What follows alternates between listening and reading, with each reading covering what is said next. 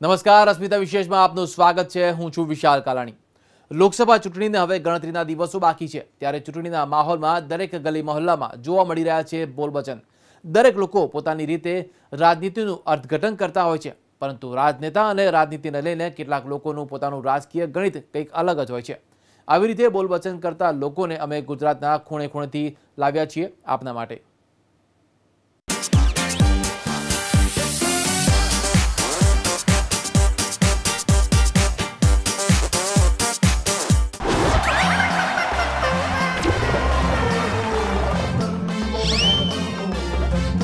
નમસ્કાર, બોલ બચ્ચનમાં તમારું સ્વાગત છે. હું છું ચિંતન. આજે પોરબંદરમાં તમને મળાવું એક બોલ બચ્ચનને, જેનું નામ છે નટુભાઈ.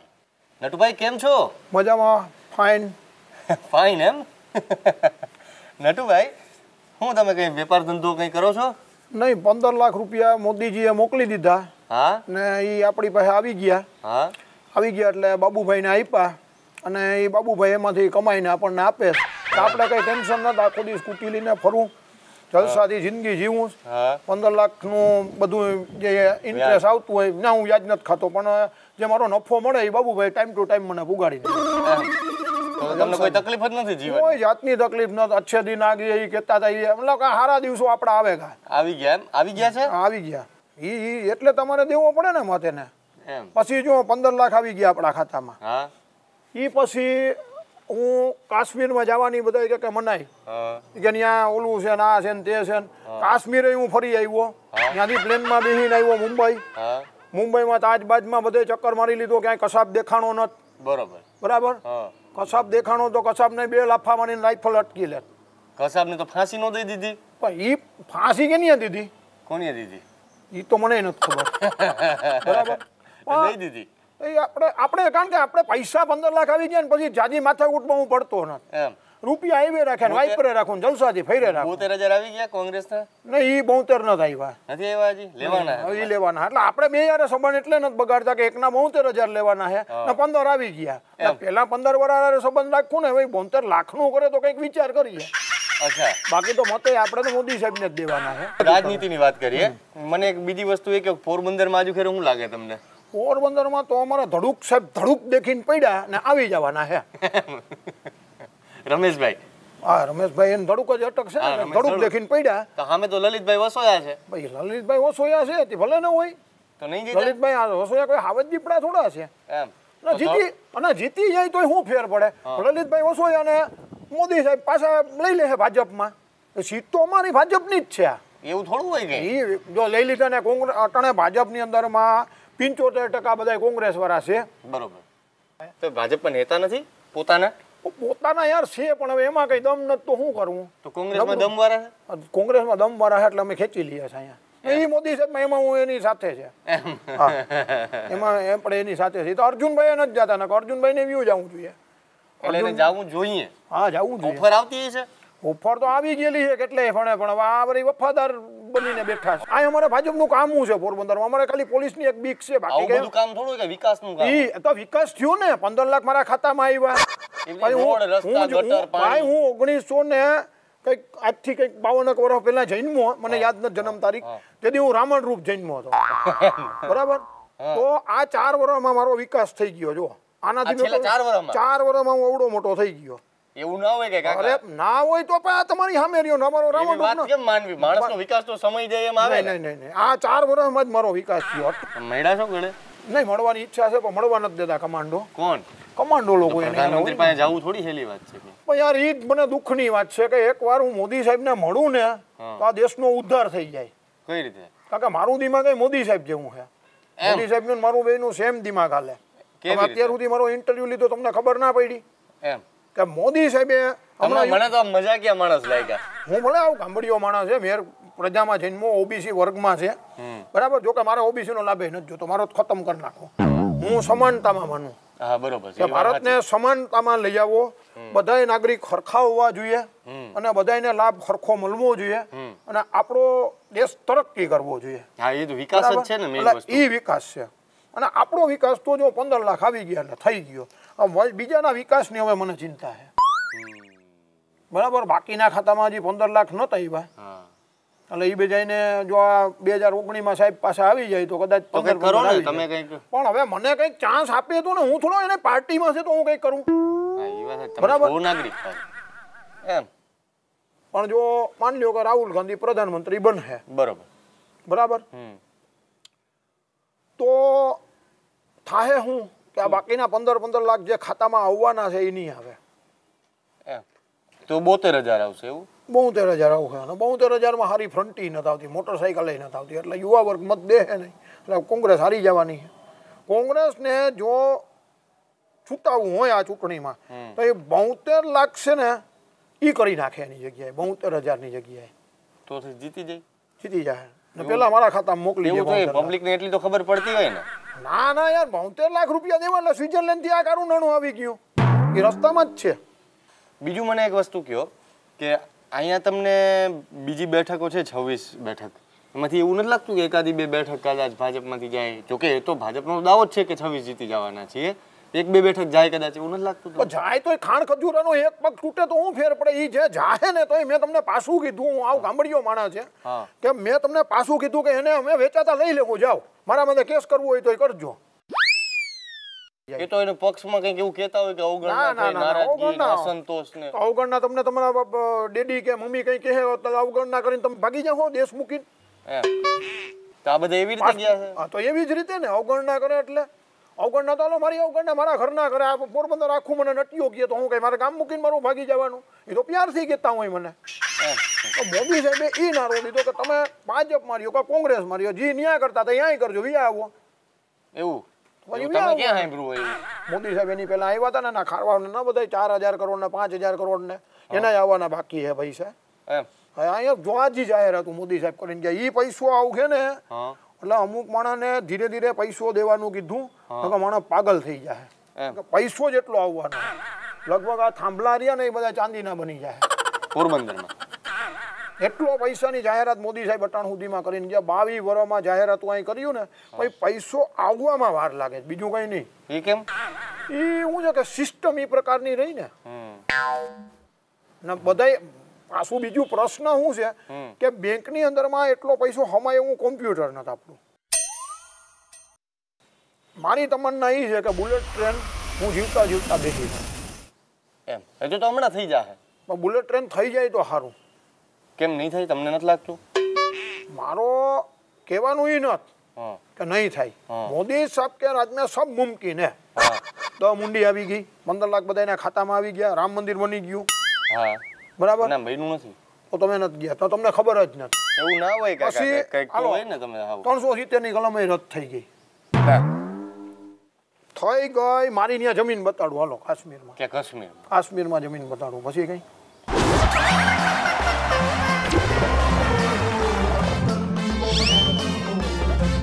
વડોદરા ગામ પહોંચી ગયા છે જે દેવભૂમિ દ્વારકામાં આવેલું છે, અને અહીંયા એક અમને બોલ બચ્ચન મળી ગયા રસ્તામાં જતા હતા. તો તેમનું નામ છે નટુભાઈ આરંભડિયા. નટુભાઈ કેમ છો? ઓ ભારી મજા છે ભાઈ, દેશી ભાષામાં આનંદ કરીએ અમે. ગામડામાં ભારી મજા છે, પણ અમારે કદાચ કંઈક મજા બહુ ને કંઈક તકલીફે બહુ છે. ક્યાં? એ વાત ના પૂછો, કારણ કે અમે કંઈક હેરાન થઈ જાય. લાઇટ કે મેં કેમ જોઈ તો એ ગઈ, એ આવી, એ ગઈ.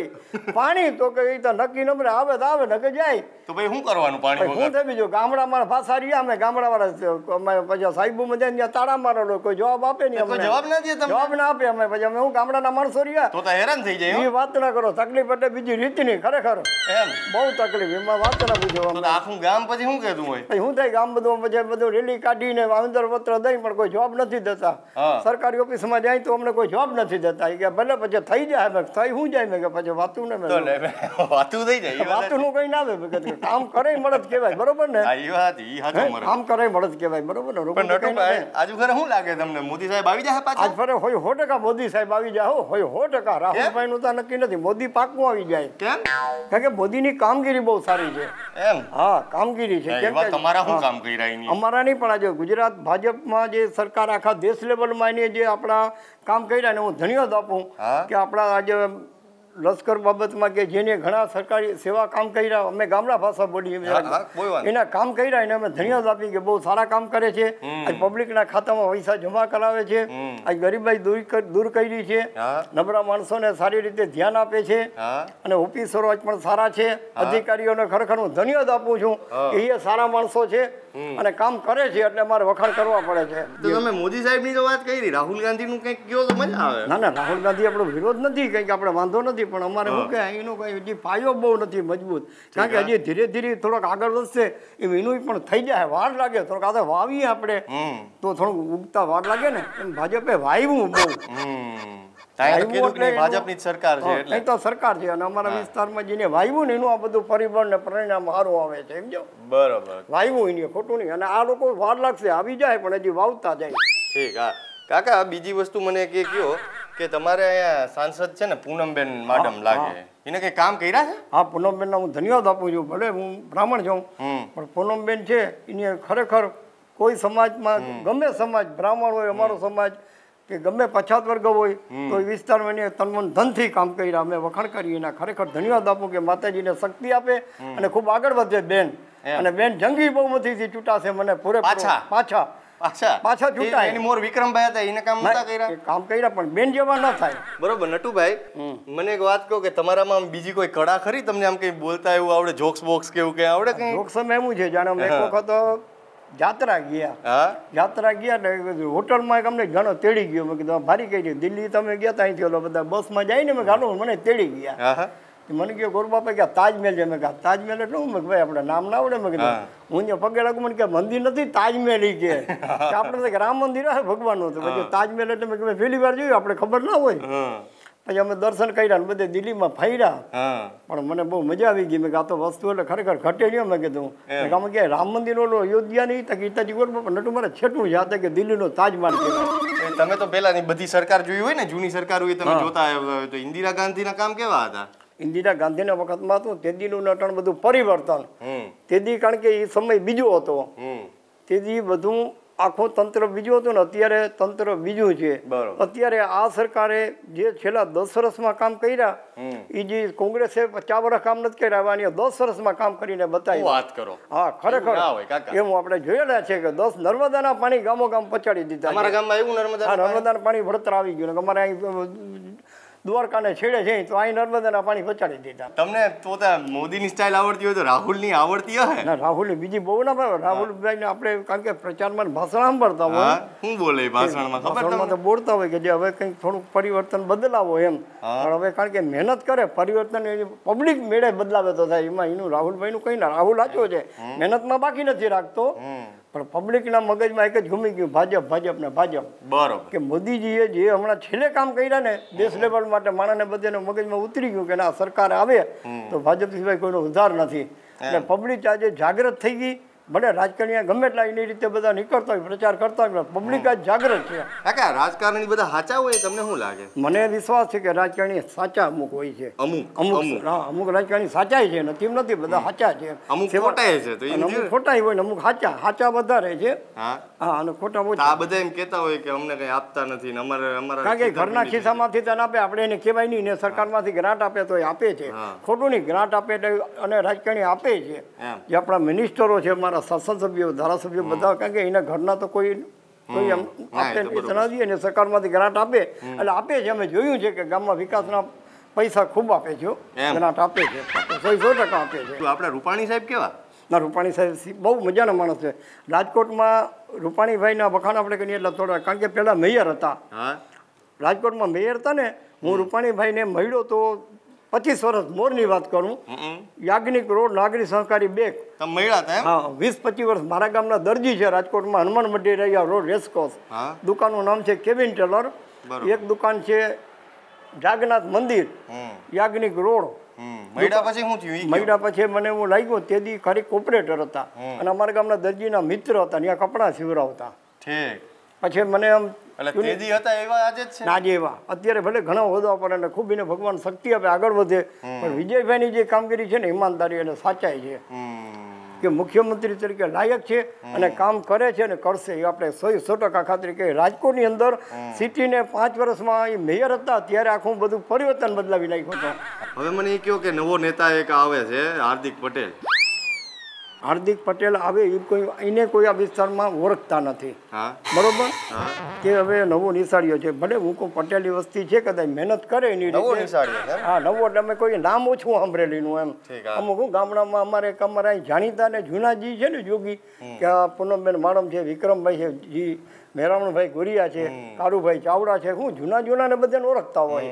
હવે નવા નિશાળિયામાં કારણ કે ઊભે તો કદાચ હવે એને બહુ સક્સેસ ન થઈ શકે. અટાણે પક્ષ પલટા બહુ થાય ખબર તમને? હા, પક્ષ કોંગ્રેસ વાળો ભાજપમાં આવે, ખબર પડે તો ભાજપ આ બધું પેલાય થતું હતું કે હવે જ થાય? ના હવે વધી ગયું, પહેલા નહોતું કારણ કે અમે મને વર્ષથી 60 હા જે વર્ષો પહેલા આવું નહોતું કારણ કે તેથી હવે પક્ષ પલટાની હું છેલ્લા 5 વર્ષમાં ખીલી ગઈ. ઠીક હા આજે ગમે એનું કારણ કાકા તમે તો આટલા મત દઈને ચૂંટા હોય પછી આયલા જાય પછી મેં હું છે થોડુંક એને આજ પક્ષમાં આજે એનો દોષ નથી, રાજકારણીઓને આપણે દોષ ના દેવાય કે આજે એને પક્ષમાં થોડુંક માન ન મળતું હોય, થોડુંક કામ ન થતું હોય, થોડુંક રજૂઆત ના મળતું હોય તો આપણે એને ખરાબ નથી કહેતા. ખરેખર એને લાગણી કેટલી દુભાતી હોય કે મારું કામ નથી તો મને કંટાળીની હિસાબે પક્ષ પલટો કરે છે. બરોબર ટોપી એટલા જ પહેરી છે ટોપી ભારી છે, ટોપી વળી એક મેળ આવી ગયો પરબારીથી જડી ગઈ હાલો પહેરી લો. એ બીજાની છે એ બીજાની આપણું કઈ ન મળે. જબ્બો જબ્બો જજમાને પહેરાવી ઘડિયાળ ઘડિયાળે એક ભાઈ બંધ દીધી એટલે આપણું કઈ ન મળે, બધું પરબારું. ભગવાનનો માણસ ભગવાનનું ના મજા આવે, આપણે ભગવાનનો માણસ. જેટલા મોઢા એટલી વાતો. જી હા, ચૂંટણીના માહોલમાં તો રાજનેતા અને રાજનીતિને લઈને ગલી ગલી અને શેરીએ શેરીએ કંઈક આવું જ સાંભળવા અને જોવા મળી રહ્યું છે. જરા તમે પણ સાંભળી લો.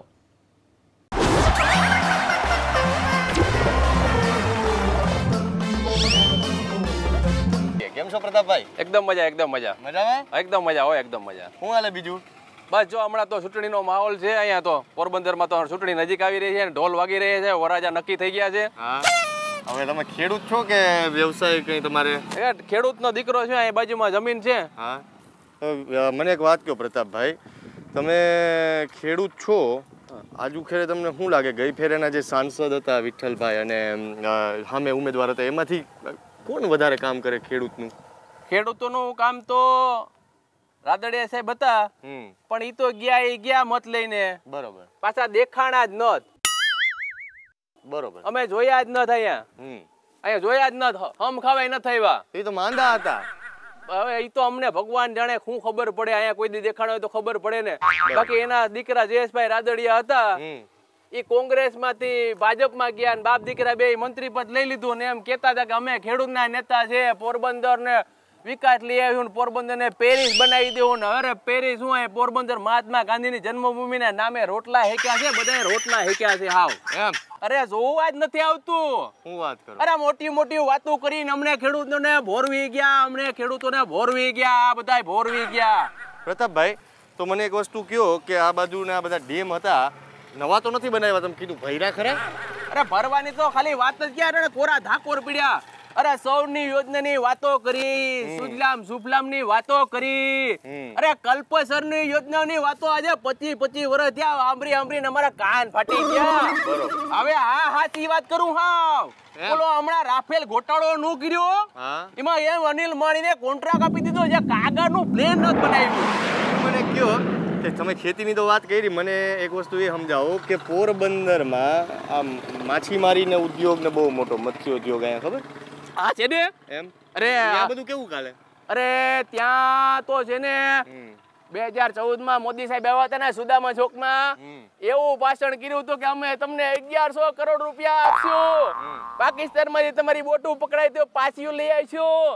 અરે અત્યારે 600 માછીમારો પાકિસ્તાનમાં સબડે છે, ત્યાં એટલી બોટું બિચારે ની ત્યાં પડ્યું છે, કોઈ ભાવ નથી પૂછતું. માછીમાર તો પાછા આવી જાય છે કે નથી આવતા? અરે નથી આવ્યા હજી 650 માછીમારો અત્યારે ઓન ઝોપડે ત્યાં પાકિસ્તાનની જેલમાં સબડે છે. એમ કઈ કર્યું નથી. પરિવારનું પરિવાર બસ અત્યારે રોડ ઉપર આવી ગયા ને માછીમારો ને એને કઈક મદદ તો કરી જોઈએ ને. કઈ કરી નથી હમણાં વાત કરો. હવે કાલે મને ત્યાં ભાઈ ડિબેટમાં મળ્યા હતા પોરબંદર, કહેતા હતા કે અમારી કારવા સમાજની તો કમર ભાંગી પડી છે, કમર.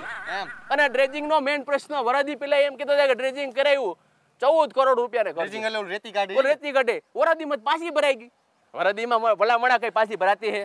મને કોન્ટ્રાક્ટ આપી હાલો 5 વર્ષ હું ગેરંટી લઉં 14 કરોડ રૂપિયા ખેડૂત માણસ જો કોન્ટ્રાક્ટ ક્યાંથી લેવો એ મને અરે હું જવાબદારી લઉં છું એમ. અમારા જેવા ના આપે ને તો અમે અડધામાં કરી દઈએ 7 કરોડ રૂપિયામાં 5 વર્ષની ગેરંટી લઈએ હા લે તો તમને ટિકિટ આપજો ચૂંટણી લડો ભલો આ રાજકારણમાં તો આવવું જ પડે ને પ્રજાની સેવા માટે ચૂંટણી લડીએ અમે તો પ્રજા માટે તો બધું કરીએ તો એમ નહીં તો આ તમે સિસ્ટમમાં ઘૂસીને આને સીધા કરવા છે અમારા જેવા ખેડૂતના કોઈ આગેવાનો હે ને હા તો અમે એને પાણી બતાવી દઉં અત્યારે નાના નાના વીઘા થઈ ગયા છે મોટા વીઘા નથી રહ્યા માંડ 5 વીઘા ને 10 વીઘા ભાગલા પડતા ગયા અને ઉપરા ઉપરી દુષ્કાળ એટલી મોંઘાઈ ખાતરના ભાવ એટલા વધારી દીધા બિયારણના ભાવ એટલા વધારી દીધા રાસાયણિક ખાતર ઉપર જીએસટી ટ્રેક્ટર ઉપર જીએસટી એટલા જીએસટી નાખી દીધા અમારી ડોક્ટરની ટોલી કહેવાય ગેસુ બાપો કહેતો તો કે આ તો બળદગાડું કહેવાય હા તો આ સીમનભાઈ સાપરિયો અમારા પૂર્વ કૃષિ મંત્રી હતો ઈ હા અરે રૂપાલા સાહેબે પેનલ્ટી નાખી દીધી મનસુખભાઈ માંડવિયાએ એમ અને પેનલ્ટી અમે તો ટ્રેક્ટરની ટોલીમાં તો એન્જિને ન હોય અને ભરી ભરીને અમે થાકી ગયા પોરબંદરના ખેડૂતો